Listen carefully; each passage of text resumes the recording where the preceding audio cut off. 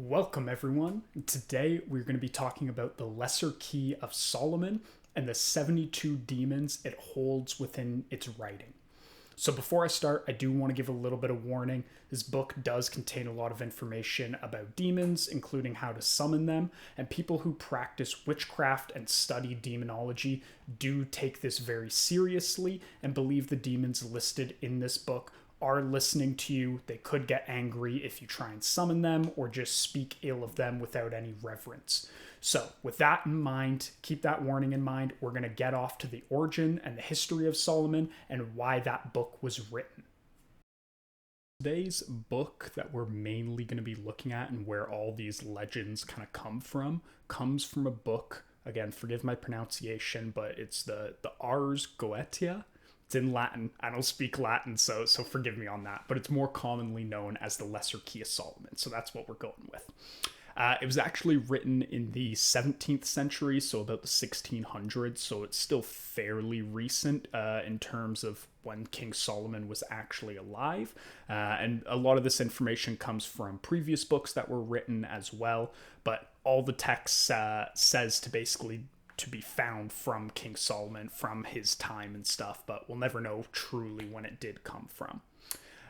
So in each book, each demon is described and has a rank, a number of legions they command, so basically how many demons are under their control. They also have a planetary constant as well as a metal association.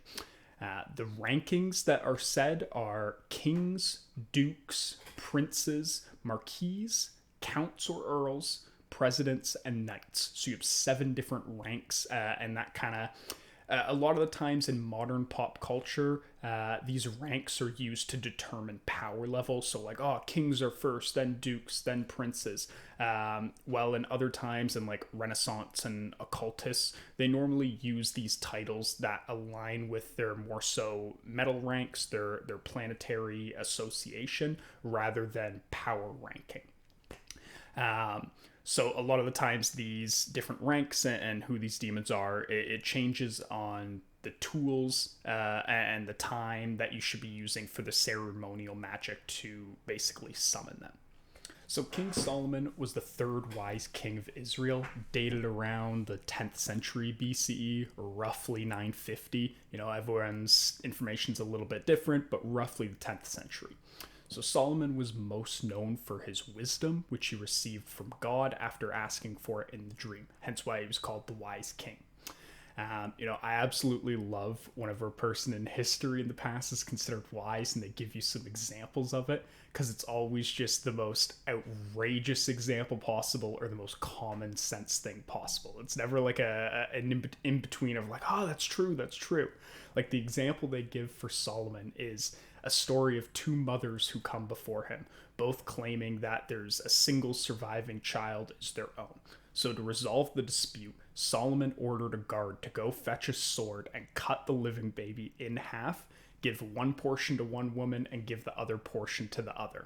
So the true mother, of course, preferring that the child doesn't get killed or anything, says, let the other mother keep the child, just don't kill it, while the imposter just remains silent. And I love how Solomon's solution, 2 mothers come to him and his solution is to go grab a sword, look over at the mothers and just go, what do you guys prefer, hot dog cut or hamburger cut? It really reminds me of Sun Tzu in The Art of War, who, at the time was a military genius, a strategist, and he wrote pages and pages in his book on The Art of War about supply lines and supply chains. And it basically all just boils down to, it's important to keep your soldiers fed, guys. Like, really important. And if you can't keep them fed, you should tell them to steal the enemy's supplies. But back in the day, it was just, he was explaining it to aristocrats, and it's just like the wisest man that ever once lived. Anyway, so back to Solomon. He was getting more and more renowned, kind of as his life went on, more and more rich, as well as just everyone was coming to see him, to see how wise he truly was. It was also believed that the Ark of the Covenant was held in the temple that he created. Other people believe that he created this temple basically to hold the demons, and even some people believe that he asked an archangel, Michael, to be able to include signs, stamps, and sigils that would be able to summon and bind demons to build the temple for him. So the very first demon described in the Lesser Key of Solomon is King Bael. He rules over 66 legions of demons, and depending on which text, which canon you're following, a legion of demons is normally made up of between 3,000 and 6,666 demons. Very fitting. So King Bael is described as appearing in the form of a cat, a toad, or a human, sometimes even appearing as all three in one form. He's associated with the sun and the precious metal gold, and would often grant the power of the summoner invisibility. So summoning rituals for Bael must be performed between 9 a.m. and 12 p.m. So early in the morning, middle of the day, so the sun is shining. Oftentimes, the summoner would leave offerings such as alcohol, dragon's blood incense, or even gold. So first you would end up drawing and staying inside your protective sigil to keep yourself safe, often called the secret seal of Solomon. And then you would draw Bael's sigil, oftentimes on parchment paper in front of you. You would then repeat his incantation over and over. I'm going to put the incantation up. I don't know how I feel about saying every single one of these incantations back to back to back, but it'll be up on the screen. Bael also has been shown in pop culture and things like, I believe he was a Diablo 2 boss. He's been in high school D&D and a few other things as well. He's a pretty popular demon inside pop culture. The second demon described is Duke Agares. He rules over 31 legions of demons. Agares is normally described as appearing in the form of an old man riding a crocodile and carrying a hawk on his fist or wrist. He's normally associated with the earth element, as well as known for his ability to make those who run stand still, cause earthquakes, as well as teach all languages. Summoning rituals for Agares are best performed normally during the early morning hours, and offerings typically include things like soil, tobacco, and earthly senses. So think about just anything kind of earth, ground related, and that'll be Agares.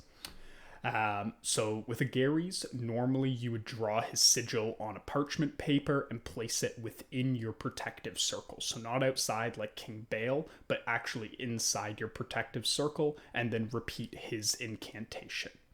Duke Agares is often described as having a blunt or twisted sense of humor, which I always find to be the most scary in any sort of pop culture, demons, gods, anything. Anytime they have, it says a twisted sense of humor, I always find you never know what they're going to do. They're the most unpredictable, and things could turn out very, very wrong. So the third demon is Prince Vasigo. Again, names are always going to be off, so don't blame me. Prince Vasigo, though. He ruled over 26 legions. Vasigo is described as appearing in a similar form to Agares, so the same kind of man riding a crocodile with a hawk on his arm.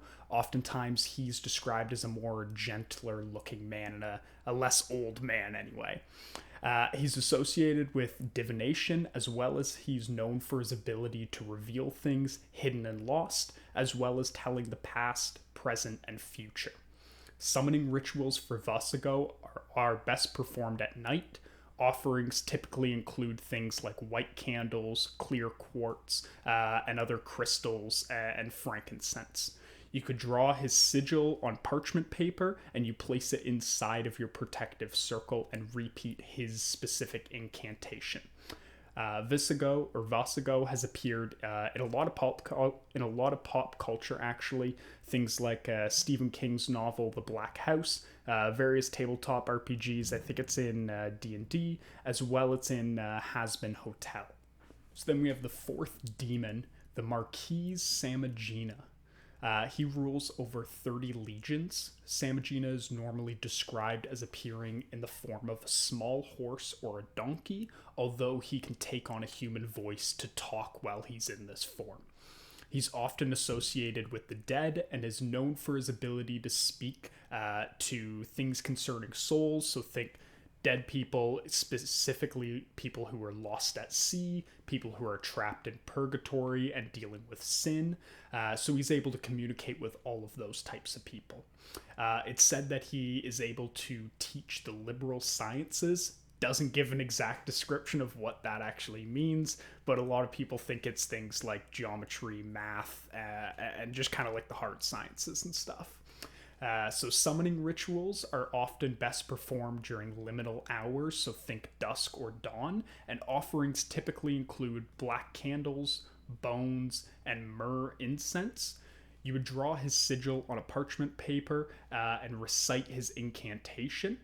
There isn't too many kind of pop culture references referring to him. A lot of them are direct references to other texts that he's been in, or hyper-specific things to do with the occult and demons. I believe that he's on some tarot cards, but not a whole lot of pop culture references for him.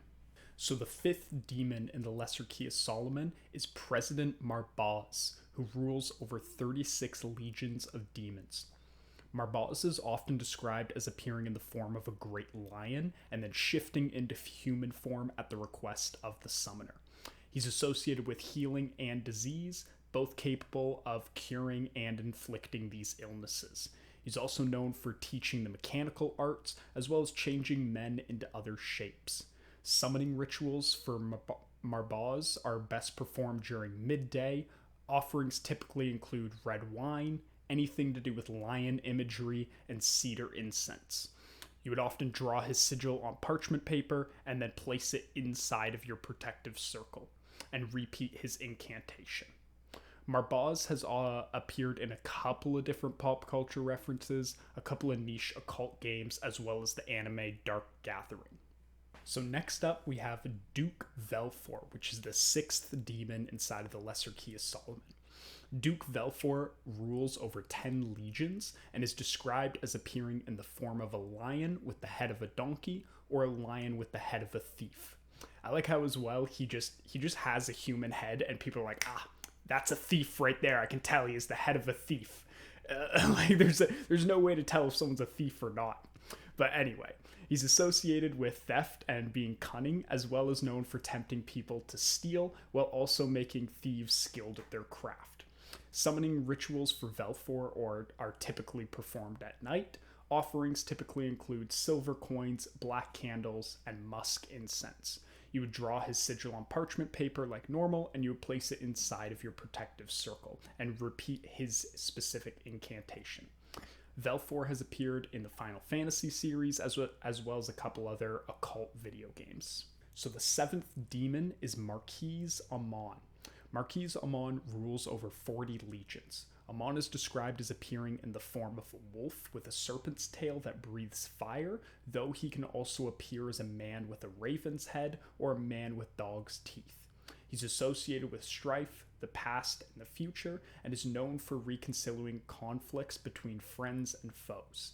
Summoning rituals for Amon are best performed between 12 a.m. and 4 a.m., and offerings typically include things like red candles, conflict-related written intentions, so write out whatever problems you're having with someone else and hopefully he'd be able to solve them, as well as dragon's blood incense.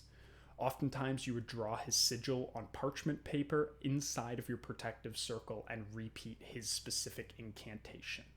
Amon has appeared in a few different pop culture things, an anime called Devilman, game Persona, as well as Yu-Gi-Oh cards. So the ninth demon in the Lesser Key of Solomon is King Paimon, who rules over 200 legions. So definitely rules over some of the most amount of demons in this book.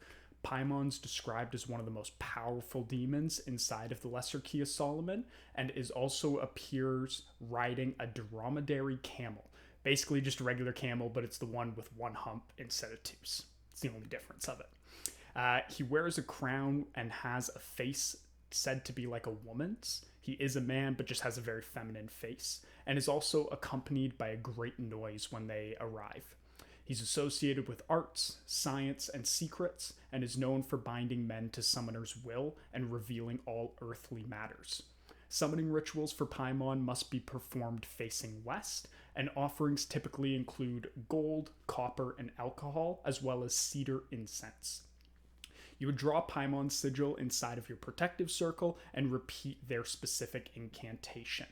So Paimon has appeared in a couple of different pop culture references, the most popular being probably the movie Hereditary. They were a little statue in that, as well as slightly in the game Genshin Impact, Paimon. I can still hear Paimon's voice. I barely even played Genshin, and their voice is just burned into my head.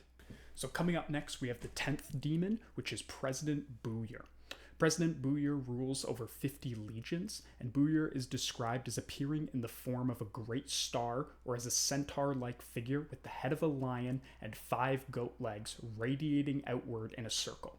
He's got a crazy appearance. His is the most biblical-looking angel type thing. Even though he's a demon, he looks absolutely wild.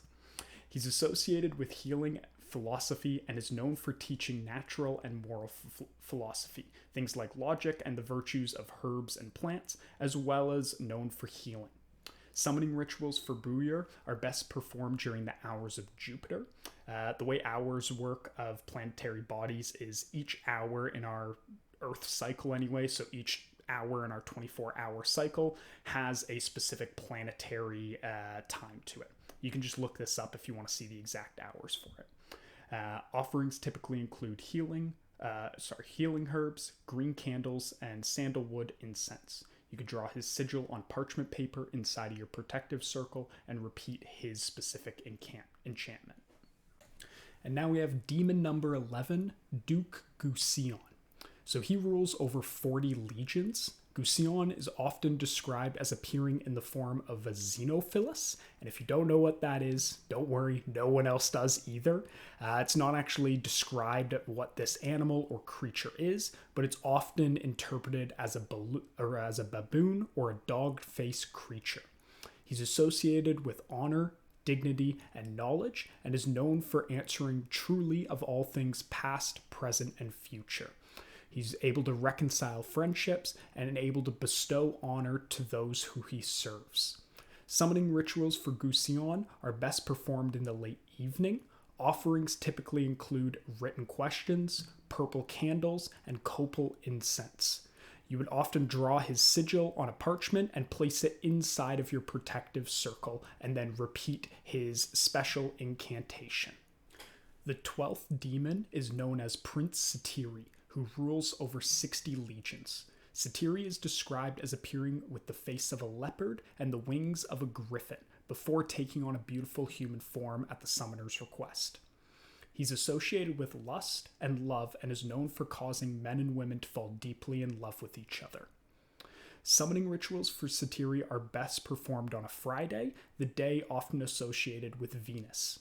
Offerings typically include rose petals, red wine, and rose incense, and you would draw his sigil on parchment and place it inside of your protective circle and repeat his incantation.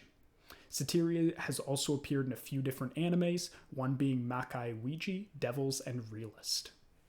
The 13th demon is King Beleth, who rules over an impressive 85 legions. Beleth is described as riding a pale horse while surrounded by a great noise of trumpets and other musical instruments. He's considered one of the most fearsome demons to summon and is associated with love and desire. The summoner must hold a hazel wand pointed toward the south and east during the summoning. Offerings typically include roses, perfumes, and other sweet-smelling incense.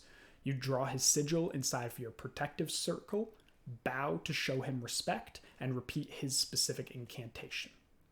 Beleth was also the main demon inside of the Conjuring universe, often just referred to as the demon. The 14th demon is Marquis Lerigi, who rules over 30 legions. Lerigi is described as appearing in the form of a gallant archer dressed in green, carrying a bow and a quiver. He's associated with battles and conflict, and known for causing great battles and conquests. Summoning rituals for Lerigi are best performed during times of conflict or military pursuit. Offerings typically include iron, arrows, or arrow imagery, as well as tobacco. You would often draw his sigil on a parchment paper inside of your protective circle and repeat his incantation. The 15th demon is called Duke Elagos, who rules over 60 legions. Elagos is described as appearing in the form of a handsome knight carrying a lance, an insignia or rank, and sometimes a scepter. He's associated with war, secrets, and the favor of lords and knights. He's known for discovering hidden things and knowing the future of wars and battles. So he's very similar to like a Greek god Ares type of figure. Summoning rituals for Elagos are best performed on a Tuesday, the day of Mars. Offerings typically include iron, military insignia, and frankincense.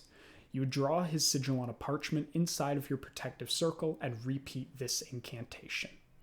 Elagos' most notable appearance probably comes from the card game Magic the Gathering. The 16th demon is Duke Zepar, who rules over 26 legions. Zepar is described as appearing in the form of a soldier dressed in red apparel and armor. He's associated with love and fertility and is known for causing women to love men and bringing them together, though he can also make women barren and not able to have any children if he so chooses. Summoning rituals for Zepar are best performed on a Friday. Offerings typically include red roses, copper objects, and musk incense. You would often draw his sigil on parchment paper and place it inside of your protective circle and then repeat his incantation. Zepar has also appeared in a few different smaller anime and mobile indie games. So next up we have the 17th demon, and he is the Count as well as President Botus. Botus rules over 60 legions and is described as appearing first as an ugly viper before taking on a human form with large teeth and 2 horns. Sometimes carrying a bright and sharp sword, he's associated with reconciliation and the past and future, and for reconciling friends and foes. Summoning rituals for Botus are best performed in the evening hours. Offerings typically include silver, black candles, and myrrh incense. You would draw his sigil on a parchment paper inside of your protective circle and repeat his incantation. Botus has also been seen within inside of the Has Been Hotel series as the character Botus. So, coming up with number 18, we have Duke Bathan, who rules over 30 legions. Bathan is described as appearing in the form of a strong man with the tail of a serpent and riding a pale horse. He's associated with travel and herbalism and is also known for his knowledge of the virtues of herbs and precious stones, and for also being able to transport men from one country to another very quickly. Summoning rituals for Bathan are best performed during the hours of Mercury. Offerings typically include herbs, travel-related items, and storax incense. I just love the idea of what are travel items from back in the day versus today. Do you just give him a suitcase now? Like, this is my travel item. I don't know why Bathan wants it, but here it is. So for like most others, you would draw his sigil on parchment paper inside of your protective circle and repeat his incantation. Bathan has also appeared in a couple of different smaller video games as well as a few different tabletop games. So coming up, we have number 19, Duke Salos, who rules over 30 legions. Salos is described as appearing in the form of a gallant soldier wearing a duke's crown and also riding a crocodile. He's associated with love and is known specifically for peacefully causing the love between men and women. It's kind of nice seeing one of these demons where it's peacefully and it's not all or nothing. It's like, yeah, no, this is going to happen, where there's no side effects to it. Making them one of the more gentle demons inside of the Lesser Key of Solomon. Summoning rituals for Salos are best performed on a Friday. Offerings typically include rosewater, honey, and jasmine incense. You draw a sigil on the parchment inside of your protective circle and repeat their specific incantation. I actually do like this one because most of the other ones are like, they're not a whole lot of upside for how badly they could fuck up your life. But with this one, it's pretty safe. They're a little bit more of a gentle demon. The 20th demon is known as King Persone. He rules over 22 legions. Persone is described as appearing in the form of a man with the face of a lion, carrying a viper in his hand and riding a bear, with great noise of trumpets accompanying his arrival. He's associated with hidden treasures and divine secrets and is known for revealing all things hidden, as well as telling things past, present, and future. Summoning rituals for Persone are best performed when facing east, and offerings typically include gold coins, animal bones, and cedar incense.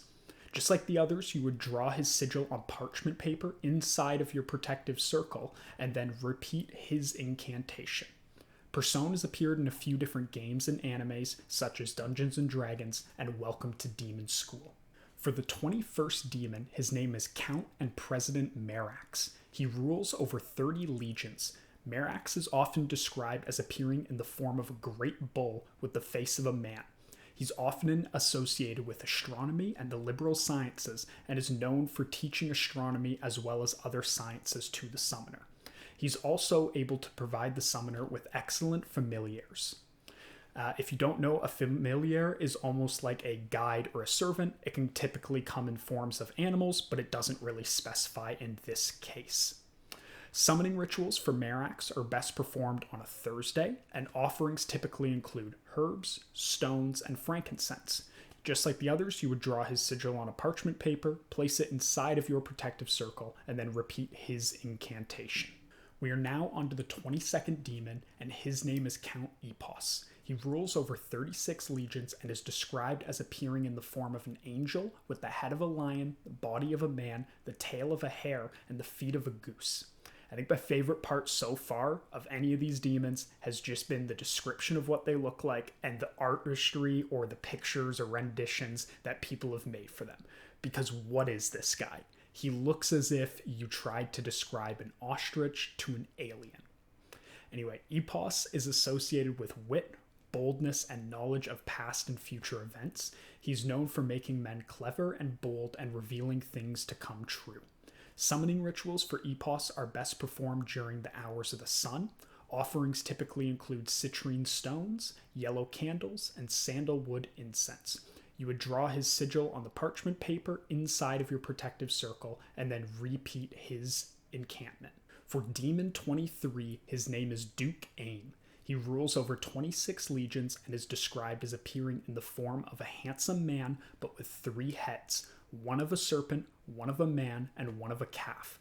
He also rides on a viper while carrying a lit firebrand. He's associated with fire and setting cities ablaze and is also known for making men witty in all things and giving true answers to private matters. Summoning rituals for Aim are best performed during the hours of Mars, and offerings typically include fire, red candles, and dragon's blood incense. You would draw his sigil on parchment paper inside of your protective circle and repeat his incantation. Aim really just seems like a big risk to me because it's a 50-50 shot. He makes you funny or he sets you and your house on fire. So it's maybe not him. Maybe go with a different demon. The 24th demon is known as Marquises Nabarius. He rules over 19 legions. Nabarius is often described as appearing in the form of a valiant man or as a black crane that flutters about. Speaking oftentimes in a raspy voice, he's associated with lost dignities, rhetoric, and art, and is also known for making men cunning in all arts. Summoning rituals for Nabarius are best performed during evening hours. Offerings typically include black feathers, eloquent items, or copal incense. You would draw his sigil on your parchment paper, place it inside of your protective circle, and then repeat his incantation. Nabarius has also appeared in a few different video games. The most notable is Genshin Impact.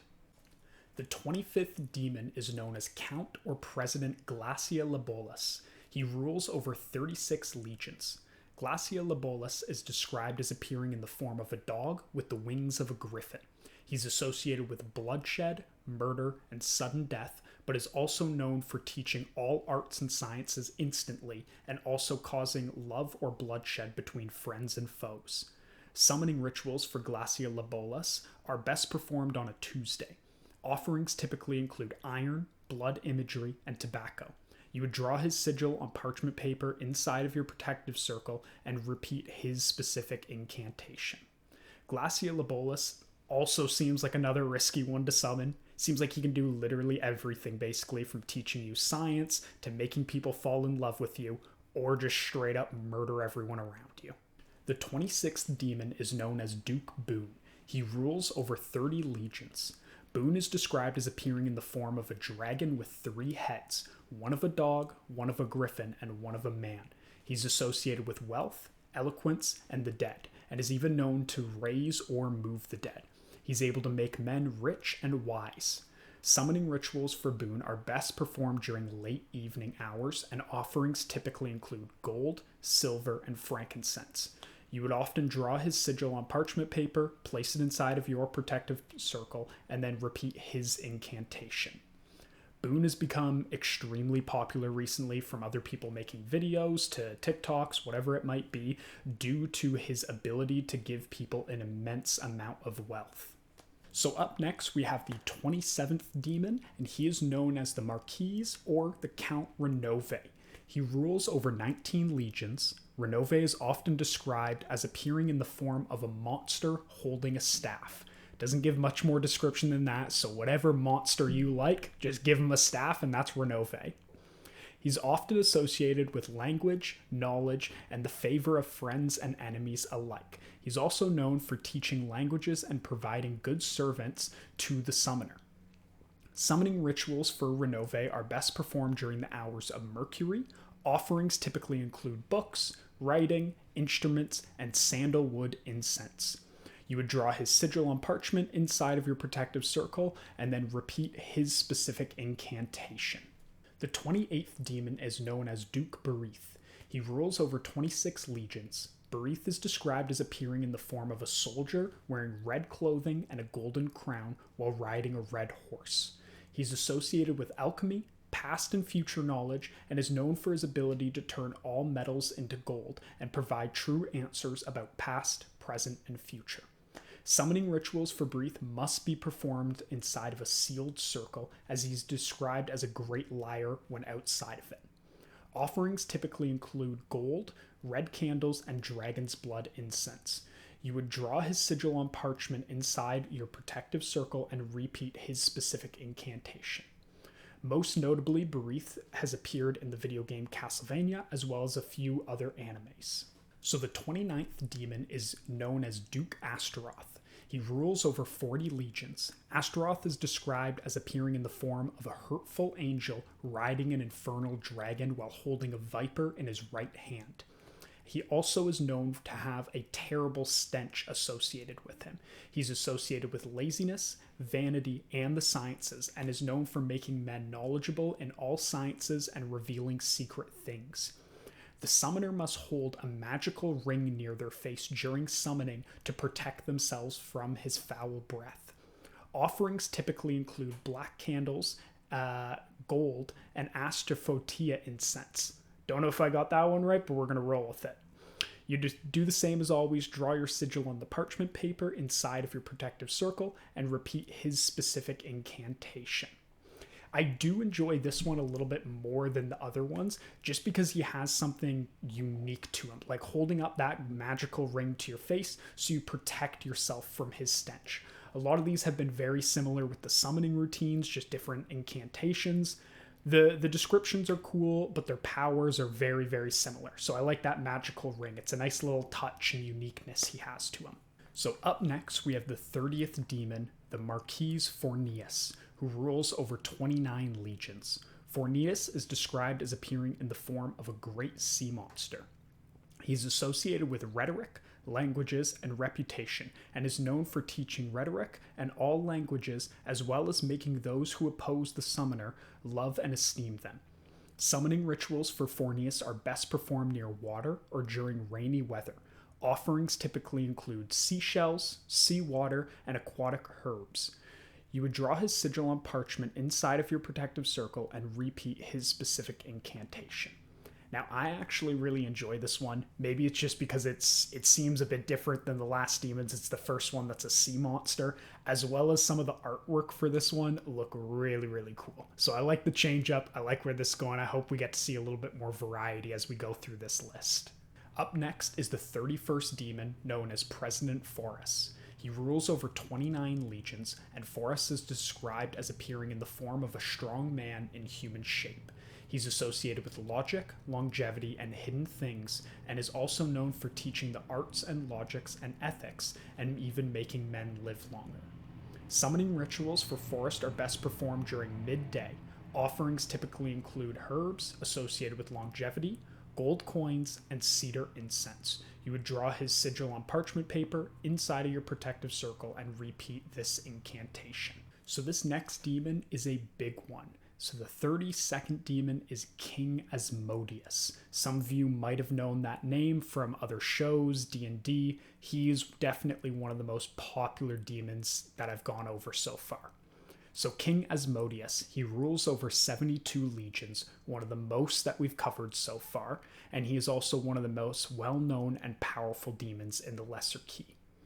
He's described as having 3 heads, one of a bull, one of a man, and one of a ram. He also has a serpent's tail and feet of a goose while breathing fire. He rides on an infernal dragon and carries a lance with a banner. He's associated with lust, gambling, and destruction. The summoner must stand upright and have an immense respect when Asmodeus appears. Offerings typically include red wine, red candles, and musk incense. To summon Asmodeus, you would draw his sigil on parchment inside of your protective circle and repeat his specific incantation. Asmodeus has appeared in multiple pop culture references, things like Supernatural, the TV show, Diablo, the game series, as well as various other anime and games. He's by far one of the most popular demons we've gone over, and one of the most popular in the entire Lesser Key of Solomon. The 33rd demon is known as Prince and President Gap. He rules over 66 legions. Gap is often described as appearing in human form and marching in front of 4 kings as he passes through. He's associated with love, philosophy, and the transfer of people between kingdoms, as well as known for causing love and hatred and making men insensible and ignorant. He's also known for teaching philosophy and sciences. Summoning rituals for Gap are best performed during the hours of Saturn. Offerings typically include obsidian, purple candles, and frankincense. You want to draw his sigil on parchment paper inside of your protective circle and then repeat his specific incantation. Coming up next is the 34th demon and is known as Count Furfur. He rules over 26 legions. Furfur is described as appearing in the form of a deer with a fiery tail, and he only speaks falsely unless compelled inside of his triangle. He's associated with love, storms, and thunder, and is also known for creating love between a man and woman and creating lightning and thunder. Summoning rituals for Furfur are best performed during thunderstorms. Offerings typically include lightning imagery, silver candles, and rainwater. You should draw his sigil on parchment paper and inside of your protective circle and repeat his incantation. This is another one that I'm a fan of just because it has that addition of he always answers falsely if you don't include that sigil correctly. So it's that cool little extra tidbit that just adds a little bit of more nuance. You know how to deal with him. Even if you don't do the summoning right, you still know everything he says to me will be false, so you do the opposite of it. So up next we have demon number 35, and it's Marquise Marquises. He rules over 30 legions. Marquises is described as appearing in the form of a fierce wolf with griffin wings and a serpent's tail. He can take on human form at the summoner's request.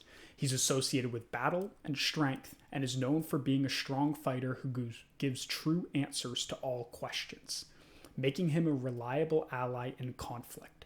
Summoning rituals for Marquises are best performed on a Tuesday. Offerings typically include iron, warrior-related imagery, and tobacco. You would draw a sigil on parchment inside of your protective circle and repeat the incantation. So we're at the halfway point now, and up next is Demon 36, known as Prince Stalos.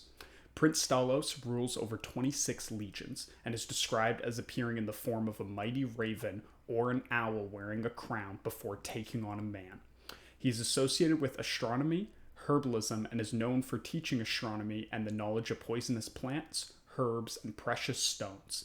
Summoning rituals for Stalos are best performed on a Thursday night under a visible sky. Offerings typically include herbs, owl imagery, and stargazing related items. You would draw his sigil on parchment paper inside of your protective circle and repeat his invocation. One of the most notable appearances of Stalos is inside the Has-Been Hotel series.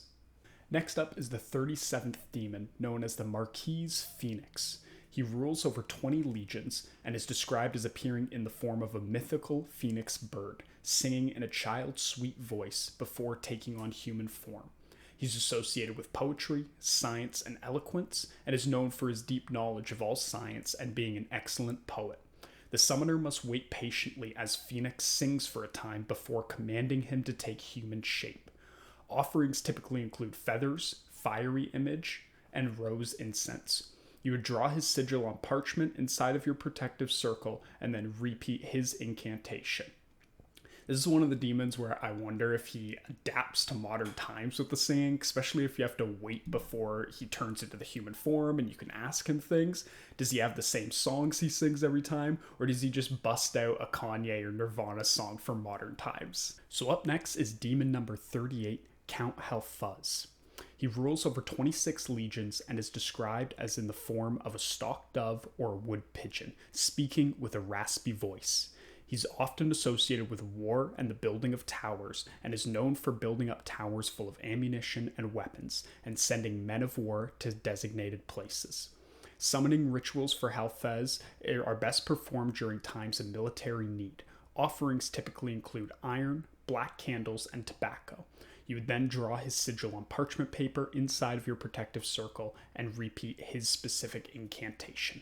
So next up, we have the 39th demon, which is President Malphaz. He rules over 40 legions, and Malphaz is described as appearing in the form of a crow before taking on a human form.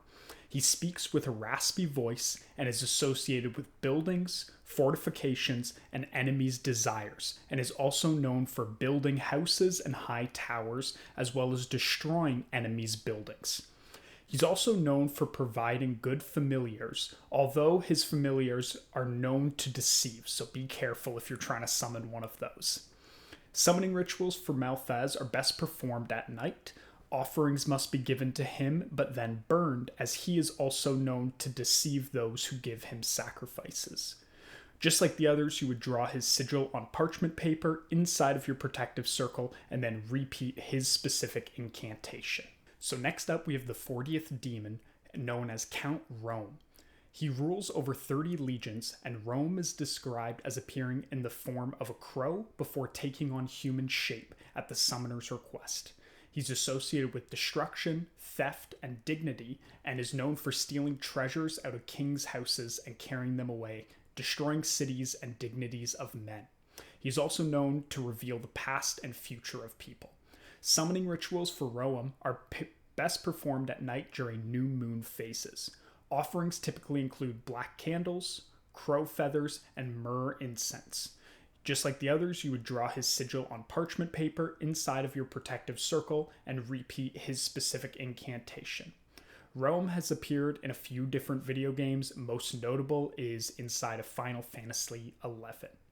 This one, not a huge fan of, honestly. This is like the third one in a row that's appeared as a crow and very similar. I'm going to show some imagery as well, but they're literally the exact same imagery. So they're slightly different, but just very, very similar. For the 41st demon, his name is Duke Focalor. Duke Focalor rules over 30 legions. He's described as appearing in the form of a man with griffin's wings. He's associated with water, wind, and death, and is known for slaying men by drowning them in water and for overturning ships of war. He has no power over men who are protected inside of their circles. Summoning rituals for Focalor are best performed near water. Offerings typically include seawater, blue candles, and aquatic scented incense. You typically draw his sigil on parchment paper inside of your protective circle and repeat his specific incantation. Focalor has also appeared in a couple of different video games, most notably being Final Fantasy and Gurnish Impact. So next up for the 42nd demon, we have Duke Vipar. Duke Vipar rules over 29 legions and is described as appearing in the form of a mermaid and is strongly associated with the sea. They are known for guiding armored ships, causing seas to be rough and stormy, and making men die in 3 days from infected wounds. Summoning rituals for Vipar are best performed near water or during rainy weather. Offerings typically include seawater, ship imagery, and aquatic herbs. Your best bet would be to draw their sigil inside of parchment paper in your protective circle and repeat their specific incantation. So I know this one isn't all that special. It's just like it's a mermaid. You know what I mean? You got your classic mermaid lore. They're scary. They're going to pull you under the water. But compared to the other ones, it's a nice mix up. I really like this one. Now for the 43rd demon, we have the Marquise Sabnock. Marquise Sabnock rules over 50 legions, so pretty impressive with that one, and is described as appearing as a soldier with the head of a lion, armed with weapons and riding a pale horse. I want to know, with his pale horse, is that just his horse every time, or does he have like Ghost Rider effects where any horse he can turn into his horse and it turns pale and stuff, or is that just, no, that is his demon horse? He's often associated with warfare, building fortifications, and afflicting men, and is known for building high towers, castles, and cities, as well as furnishing them with armor and weapons. He's also known for afflicting men with putrid sores. Summoning rituals for Sabnock are best performed on a Tuesday. Offerings typically include iron, military imagery, and tobacco, and you would draw his sigil on parchment paper inside of your protective circle and repeat his specific incantation. So next up, we have the 44th demon, Marquise Shax. Shax rules over 30 legions and is described as appearing in the form of a stalk dove, speaking with a subtle, raspy voice. He's a great liar who must be commanded to stand inside of his triangle before he will speak the truth. He's associated with theft and the removal of senses, and is known for stealing money out of kings' houses and returning it later, as well as taking away sight, hearing, and understanding of any men. Offerings typically include black candles, silver coins, and myrrh incense. You would draw his sigil on parchment paper inside of your protective circle and repeat his specific incantation. With this type of demon, I wonder if it's a better chance if you try and actually ask for him to do something like, hey, help me out with this, can you steal this money? Or if he's someone who just likes to mess with people, where you don't even want anything in return, but you're just like, nah, go take some money from this guy, go mess with this guy, you can mess up his house, and just don't even ask for anything. I feel like he'd be more persuaded into going that route. Now for the 45th demon, we have King Vine. King Vine rules over 36 legions and is described as appearing in the form of a lion riding a black horse while carrying a viper. They are associated with hidden things, witches, storms, and towers, and is also known for building towers, destroying walls, and making rough waters. Summoning rituals for Vine are best performed during rainy or stormy weather. Offerings typically include iron, storm water, and dragon's blood incense. You would draw their sigil on parchment paper inside of your protective circle and repeat their specific incantation. Now onto the 46th demon, Count Bifrons. Count Bifrons rules over 6 legions and is described as appearing in the form of a monster before taking on human shape. He's associated with the dead, astrology, and knowledge, and is known for making men knowledgeable in astrology, geometry, and other arts and sciences. He's also known for moving bodies from one grave to another, lighting strange candles on the graves of the dead, and teaching the virtues of herbs and precious stones. Summoning rituals for Bifrons are best performed at night in cemeteries. Offerings typically include cemetery soil, black candles, and myrrh incense. You would draw their sigil on parchment paper inside of your protective circle and repeat their specific incantation. So I like this one. This one's a cool one overall. The fact that it doesn't really describe what he looks like before, it just says a monster. He's got some cool abilities as well as some just unique perks about him. The fact that he moves dead bodies from different graves, the fact that he just leaves kind of candles around to mess with people at cemeteries. This one is a very, very cool one in my opinion. So now on to the 47th demon, we have Duke Uval. Duke Uval rules over 37 legions and is described as appearing in the form of a mighty dromedary. If you didn't know what that is, neither did I. It's a camel with one hump. So we're going to say either camel with one hump or dromedary. He's known to take on this shape before his human shape. He also speaks only the Egyptian language and nothing else.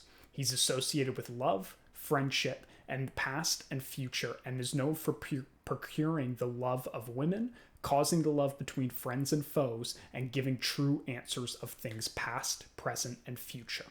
Summoning rituals for Uval are best performed facing east. Offerings typically include perfumes, copper items, and rose incense. Just like the other ones, you would draw his sigil on parchment paper inside of your protective circle and repeat his specific incantation. This one's kind of cool how Duke Uval, I think this is the first one that specifically mentions that he is related to Egypt/Egyptian languages and lore, which I think is pretty cool about that, where it's just nothing but Egypt. Everyone else has kind of been universal, had some crossover themes, but Duke Uval, is purely Egyptian. So now for the 48th demon, we have President Hegenti. President Hegenti rules over 33 legions and is described as appearing in the form of a mighty bull with griffin wings before taking on human form. He's associated with alchemy and wisdom and is known for making men wise by giving them knowledge of all things, as well as transmuting all metals into gold and turning water into wine and wine into water. Summoning rituals for Hegenti are best performed during hours of Jupiter. Offerings typically include gold, wine, and sandalwood incense. You would draw his sigil on parchment inside of your protective circle and repeat his specific incantation. This one's kind of a cool one because they got a lot of things going on, in the sense of he gives people full wisdom, which is what Solomon got at the beginning in a dream. Just he got it from God, or maybe this guy anyway. He might have gotten it from Hegenti. And then there's also the fact of he can turn water into wine or wine into water. Rules over 33 legions, which is a very biblical number, I believe. Don't quote me on that. I'm not too familiar, but I believe 33 is very biblical. Water into wine. Got a lot of things going for this one, which is kind of cool. So next up, we have the 49th demon, Duke Crocel. They rule over 48 legions, and Crocel is described as appearing in the form of an angel. He's associated with water and geometry and known for speaking of hidden and divine things. He's also known for warming waters and teaching geometry and liberal sciences. Summoning rituals for Crocel are best performed near water sources. Offerings typically include water, blue candles, and aquatic herbs, and you would often draw their sigil on parchment paper inside of your protective circle and repeat their specific incantation. This one's one that I want to know because most of the artwork and most of the images that you see with them are the classic angel look, where it's kind of like a warrior angel, kind of half man with the angel wings and stuff. But that's not how angels actually look. Like, I'm sure people watching this video already know how crazy angels look, where it'll be like the spiraling ball with thousands of eyes lining it and stuff, and that's how angels actually look. I want to know if in the original text with the person that was writing this, they were thinking of that type of angel, or they were thinking of like the Renaissance, like man with wings and a sword, like a Michael depiction. So be kind of cool if it was the original depiction, though. It was the chariots and the multiple heads spinning of a griffin, an eagle, and an ox and stuff. But we'll see. So now onto the 50th demon, Knight Furcus. Knight Furcus rules over 20 legions and is described as appearing in the form of a cruel old man with a long beard and hair. He's often riding a pale horse and carrying a sharp sickle or spear. He's associated with philosophy, astrology, and the occult arts, and is also known for teaching philosophy, astronomy, rhetoric, logic, and pyromancy to the summoner. Summoning rituals for Furcus are best performed during hours of Saturn. Offerings typically include old books, candles, and frankincense. You would draw their sigil inside of or on parchment paper inside of your protective circle and repeat their specific incantation. I also wanted to bring this up because I hadn't brought it up before, but I assume I've been showing their like circle sigils, basically that you draw every single time you're summoning one of them. And there's a good conspiracy. I haven't looked enough into it, so I want to look a little bit more. I'm not sure if I'd be able to make a full video on it or how in depth it goes, but it's the idea that those sigils are what they use because they look very similar to like computer chips and motherboards with the pins and stuff like that. They look very similar to the sigils themselves. So I haven't looked fully into it, but the conspiracy is that the people who created the first computer chips were actually basically summoning demons and stuff like that, and basically harnessing them in those chips. And that's how all of our PCs and computer runs, is really with demon magic. Gonna look into it more. If there's enough info and it's a good conspiracy, I might make a video on it. I'm just not sure if it would be too quick of a video or not. But anyway, that's demon number 15, Knight Furcus. So now we have the 51st demon, known as King Balaam. He rules over 40 legions, and Balaam is described as appearing with 3 heads, one of a bull, one of a man, and one of a ram, with the tail of a serpent, flaming eyes, and riding a bear while carrying a hawk on his fist. He's associated with invisibility, wit, and past and future knowledge. He's also known for giving true and perfect answers on things past, present, and future, making men invisible and making them witty. Summoning rituals for Balaam are best performed at night. Offerings typically include a hawk feather, gold coins, and dragon's blood incense. You draw his sigil on parchment paper inside of your protective circle and repeat his specific incantation. So up next we have the 52nd demon, known as Duke Alosis. He rules over 36 legions and is described as appearing in the form of a soldier riding a great horse with the face of a lion and red burning eyes. He speaks with a loud voice and a deep hoarse tone. He's associated with astronomy and liberal sciences and is known for teaching astronomy and liberal arts, as well as providing good familiars. Summoning rituals for Alosis are best performed during daytime hours. Offerings typically include golden items, lion imagery, and frankincense. You would draw his sigil on parchment paper inside of your protective circle and repeat his specific incantation. Alosis has appeared in a few different animes and TV shows, nothing too notable though. Next is President Cain. He's the 53rd demon and rules over 30 legions. Cain is described as appearing first as a blackbird before taking on human form with a sharp sword.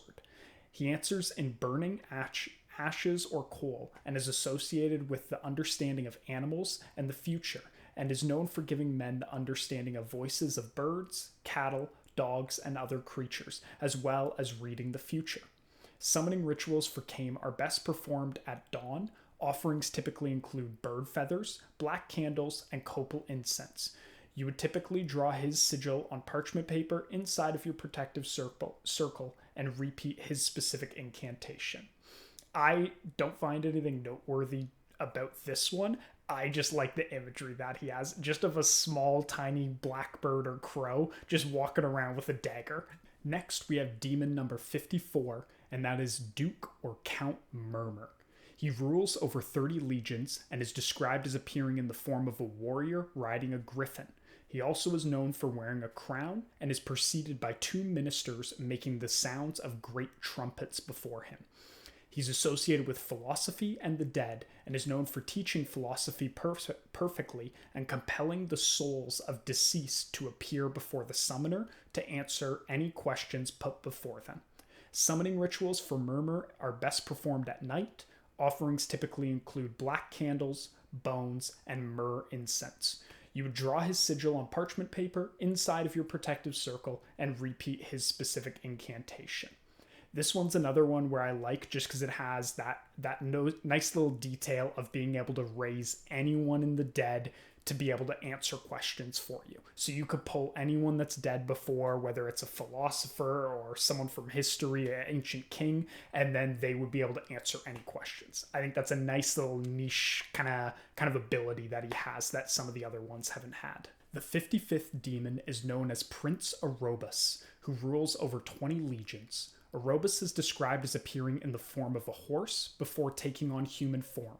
He's associated with past and future knowledge, divinity, and dignity, and is known for giving true answers of things past, present, and future, divinity, and the creation of the world. He's also praised for being faithful to the summoner, never deceiving them, and protecting them from other spirits. Summoning rituals for Erebus are best performed during hours of Jupiter.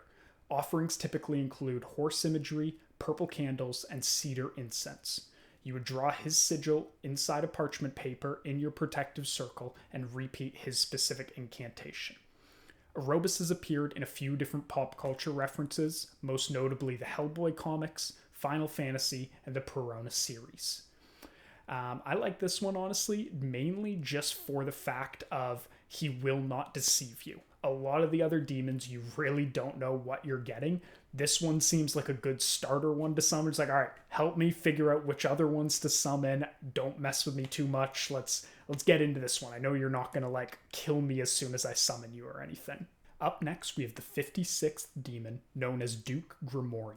They rule over 26 legions and is described as appearing in the form of a beautiful woman wearing a duchess's crown while riding a great camel. She's associated with love, hidden treasures, and the past and future, and is known for revealing all things past, present, and future, and producing the love of women, both young and old, and discovering hidden treasures. Summoning rituals for Grimoire are best performed on a Friday. Offerings typically include rose petals, gold items, and jasmine incense. You would draw her sigil on parchment paper inside of your protective circle and repeat her specific incantation. This one's a nice one. Always like mixing it up with a couple of more feminine and female kind of demons, creatures. It's nice to have a little bit of a mix up in there. So this one's pretty good. The 57th demon is known as President Usei. He rules over 30 legions and is described as appearing in the form of a leopard before taking on human form. He's associated with madness, liberal sciences, and divine knowledge, and is known for making men wise in all liberal sciences and in giving them true answers of divine and secret things. He's also known for making any man mad or causing him to believe he is something like a king or the Pope. Summoning rituals for Usei are best performed during hours of the sun. Offerings typically include gold, spotted animal imagery, and frankincense. You would draw his sigil on parchment inside of your protective circle and repeat his specific incantation. I like the idea that he can kind of trick people into thinking they might be the king, the pope, something other powerful. I like that you could think of like old stories like I believe it's The Emperor's New Clothes, where the two swindlers make him think he's wearing amazing clothes and he walks out naked and stuff. I like to think that one of them might have been President Usei, and he was really just a demon trying to swindle him, just making him think he's wearing something great or even better than he actually is. So kind of a cool little tidbit there. So up next we have the 58th demon. And I'm sure in lots of the previous other ones, I've gotten the pronunciation of the names extremely wrong. Doing my best, but definitely some of them are wrong. The sigils are the more important thing than what I've heard, than what the names are. Try and do your best if you are trying to summon these, but the names aren't quite as important. And this one throws me off as many as the other ones. It's President Amy. It's literally spelt like the name Amy, A-M-Y, but I feel like it's not just pronounced Amy, so I'm going to go with Ame. But President Ame rules over 36 legions and is described appearing in the form of a flaming fire before taking on human form. He's associated with astrology, liberal sciences, and hidden treasures, and is known for teaching astrology and all liberal sciences. Giving excellent familiars and revealing hidden treasures, summoning rituals for Ame are best performed during hours of the sun. Offerings typically include fire, gold candles, and frankincense, and you would often draw his sigil on parchment paper inside of your protective circle. Interestingly enough, Ame was once said to be a fallen angel who fell down from the heavens and hopes to return after a period of 1,200 years. That's a nice little tidbit I like, where it's just kind of like that extra introduction of them. It might be, again, this was supposedly written 5,000 years ago or so maybe they did return as an angel. Maybe they were still cast out and they haven't quite made it. Maybe they've gotten angrier over that time. It's kind of these just extra little cool details that I like, where it can lead into other stories you might create or other lore or conspiracies about them, which is nice. So now we have the 59th demon, Marquise Oryx. He rules over 30 legions and is described as appearing in the form of a lion riding a horse with a serpent's tail and carrying in his right hand two great serpents hissing. He's associated with astrology and the favor of kings and lords, and is known for teaching astrology, giving dignities and the favor of friends and foes. He is also known for providing knowledge of the virtues of the stars and their influences. Summoning rituals for Aureax are best performed during the hours of the sun. Offerings typically include gold, lion imagery, and cedar incense, and you would draw his sigil on parchment paper inside of your protective circle and repeat his specific incantation. He's appeared in a few different games and shows, most notably is the Final Fantasy series. The 60th demon is known as Duke Vapula. He rules over 36 legions and is described as appearing in the form of a lion with griffin wings. He's associated with philosophy, mechanics, and science, and is known for teaching philosophy, mechanics, and science contained in books. He's known to be one of the most academic demons within the Lesser Key, making him one of the most popular for being a little bit less scary overall. Summoning rituals for Vapula are best performed during the hours of Jupiter. Offerings typically include books, mechanical tools. So up next we have the 69th demon, Marquise de Carabia. De Carabia rules over 30 legions and is described as appearing in the form of a pentagram star before taking on human form at the summoner's request. He's associated with birds, herbs, and precious stones, and is known for discovering the virtues of birds and precious stones, as well as for making the forms of all manner of birds fly before the summoner. Summoning rituals are best performed at night under a clear sky, and offerings typically include bird feathers, crystals, and frankincense. You would draw his sigil on parchment paper inside of your protective circle and repeat his specific incantation.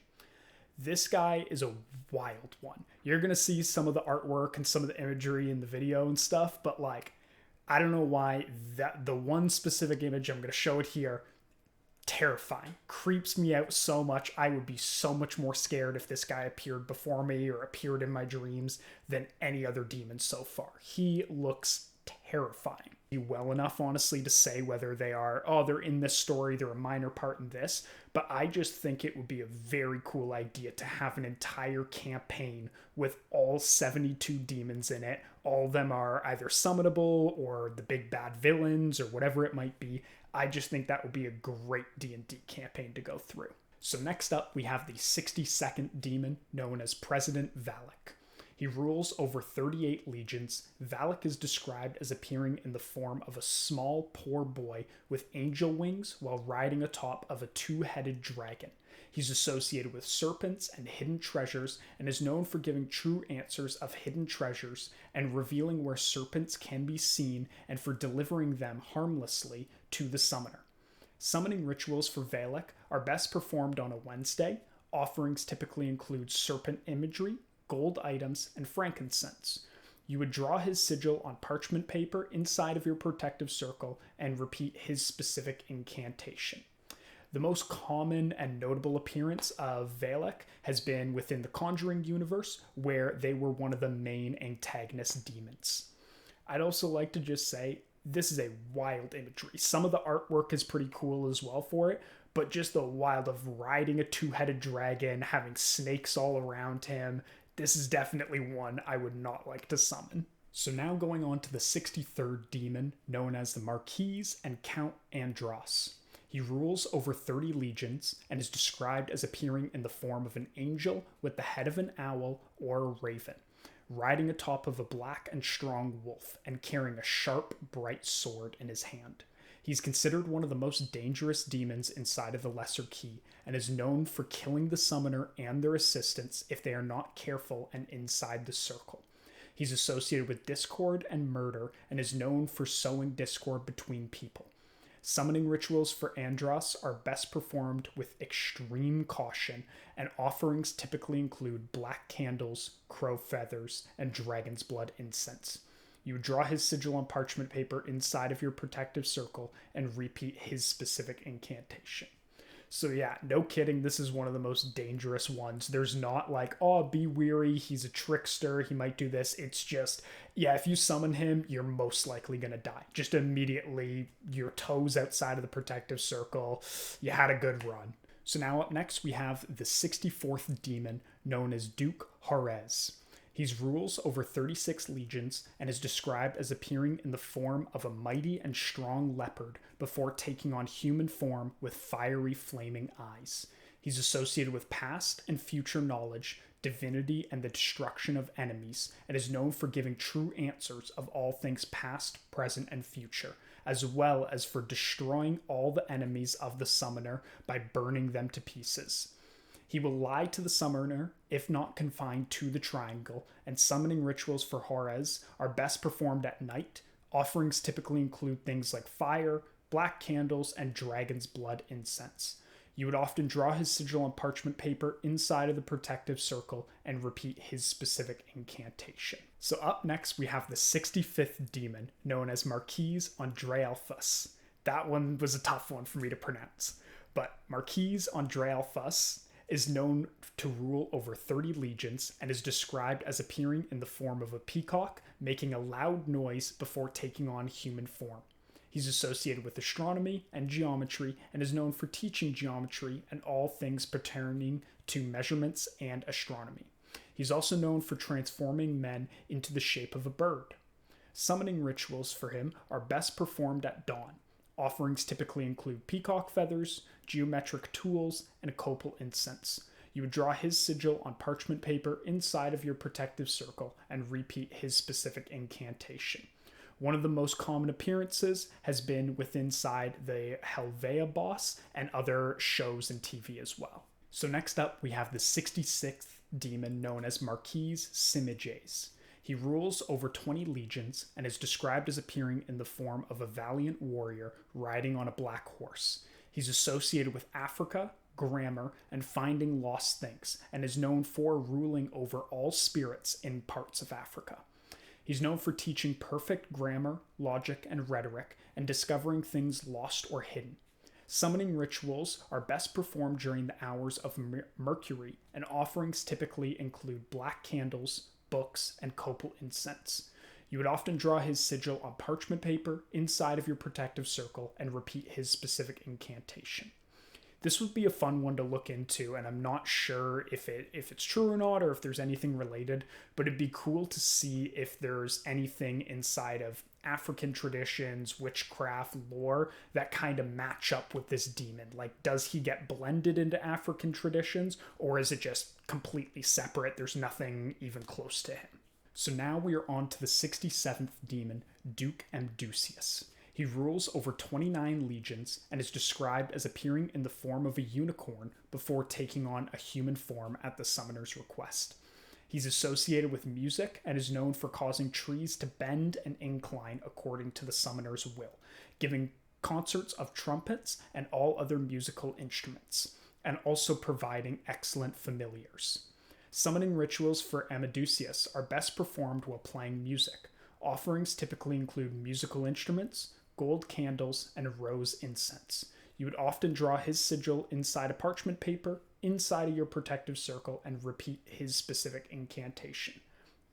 I think out of all of them, my favorite part about all of these demons is whenever they have weird, unique quirks or their abilities are just not like, they give knowledge of science, they give this instead. It's like, it's a random one, like he bends trees at will. So if you're going through one of those forests that have a lot of bent trees and kind of weird curves to them, then you could pin it on maybe a summoner brought in Duke Amdusius. Again, rough pronunciation, but maybe they brought in this unicorn demon. Maybe he was traveling through these lands and that's why you have all of these bent trees and stuff. I like kind of that unique aspect to it rather than just the same old stuff we've heard before. So up next, we have the 68th demon known as King Belial. Belial rules over 80 legions and is one of the most powerful and well-known demons inside of the Lesser Key. He's described as appearing in the form of a beautiful angel riding a chariot of fire.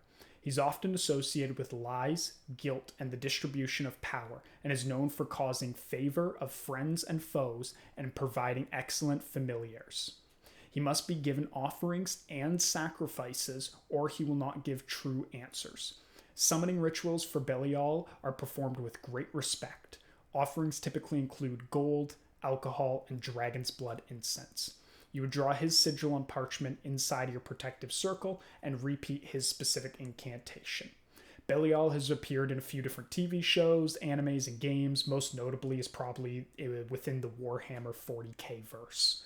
So this one is definitely like a major guy. You don't summon this one. He's like one of the top dogs who's like, no, you're not even worth my time. Will probably kill you immediately. Probably makes you, I don't know, sacrifice 10, 20 people before he even does anything helpful. So now onto the 70th demon, Prince Suri.